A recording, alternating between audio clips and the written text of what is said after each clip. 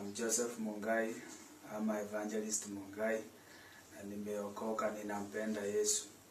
So ninataka kukupatia advice, nikuambia ya kuwa Mungu hatembei na idle-minded people. God does not work with idle people. So you have to be very busy so that God can walk with you. Mungu haezi tembea na watu wavivu, na Mungu haezi tembea na watu ambao hawataki kufanya kazi. Lazima ufanye kazi, ndiyo Mungu aone kile unafanya, afurahishwe na wewe. Hapo ndipo atatembea na wewe.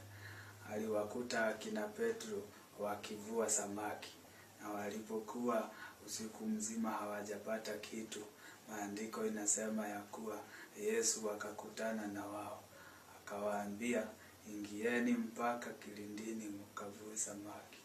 So wakaingia na wakavua samaki wengi. Hapo ndipo Yesu aliwaambia, nataka sasa niwafanye kuwa wavuvi wa watu. Kwa hivyo Mungu hawezi tembea na wewe kama hauko kwa kazi. Ile kazi unafanya ndiyo atakuja akubadilishie maisha kwa hiyo kazi. Mungu hatakubadilishia maisha ukiwa kwa nyumba umelala, atakubadilishia maisha ukiwa umeenda kutafuta kitu ya kufanya. Huko ndiko utakutana na Mungu, ndiko atabadilishia maisha yako. Ukiangalia pia Daudi, wakati anataka kwenda kumwagiliwa mafuta, Samueli alienda kwa Yese, akakuta ndugu zake wamekaa huko hawana kazi ya kufanya. Alipokuwa anataka kuwamwagilia mafuta, wote mafuta ilikataa. Akauliza, kuna kijana mwingine? Ndio akaambiwa, kuna kijana kadogo sana, lakini kako kwenye malisho, kanalisha mifugo ya baba. So akaambiwa, muiteni huyo akuje. So when you want God to walk with you, you have to work hard. Be a hard-working person in your life, and you will see how God will do great things in your life. Hata hautaamini. So wakaenda, wakamchukua, akakuja na akamwagiliwa mafuta. Sasa Mungu anataka watu wenye wako busy. Also you can confirm with me, Moses. Wakati Mungu anamuita Moses, alikuwa analisha kondoo za nko yake. Na hapo ndipo aliona kichaka kinawaka moto, akataka kukaribia asikie. Ndio Mungu akamwambia, vua viatu vyako, maana mahali umekanyanga ni mahali patakatifu. So Mungu aliongea na yeye na akamwambia, nataka nikutumie uende mpaka Israeli ukachukue hao watu, maana nimesikia kilio chao na nimeona mateso yao. So Moses hakutafutwa na Mungu akiwa idle, alitafutwa na Mungu akiwa kazini.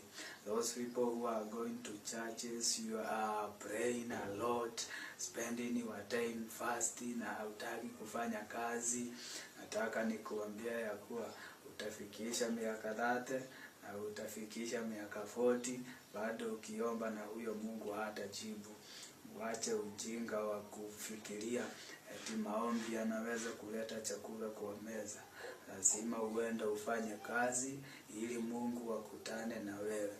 Kama hautafanya kazi, hata Bible imesema usikule. So ninawaonya wale vijana ambao wamemaliza shule na hawataki kufanya kazi, usifikirie hiyo certificate, hiyo diploma yako na degree zako zitakusaidia. Hakuna kitu itakusaidia hapo. Enda utafute ile kazi inaonekana kwa wakati huo, ukisubiri hiyo kazi ulisomea. Kama ulisomea udaktari, kwanza enda ukafanya ile inapatikana. Udaktari itakufuata huko mbele. Mungu atakutana na wewe wakati kwanza unafanya ile kazi ambayo uko nayo kwa saa hiyo.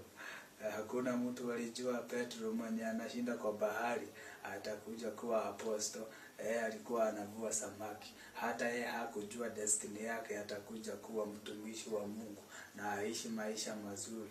Na hakuna mtu alijua kama Moses Mungu atamtumia aende akaokoe wana wa Israeli Misri.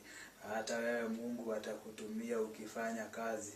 Uache hiyo mambo na siasa ambazo uko nazo, eti hautaki kufanya kazi, unataka kuomba kila wakati.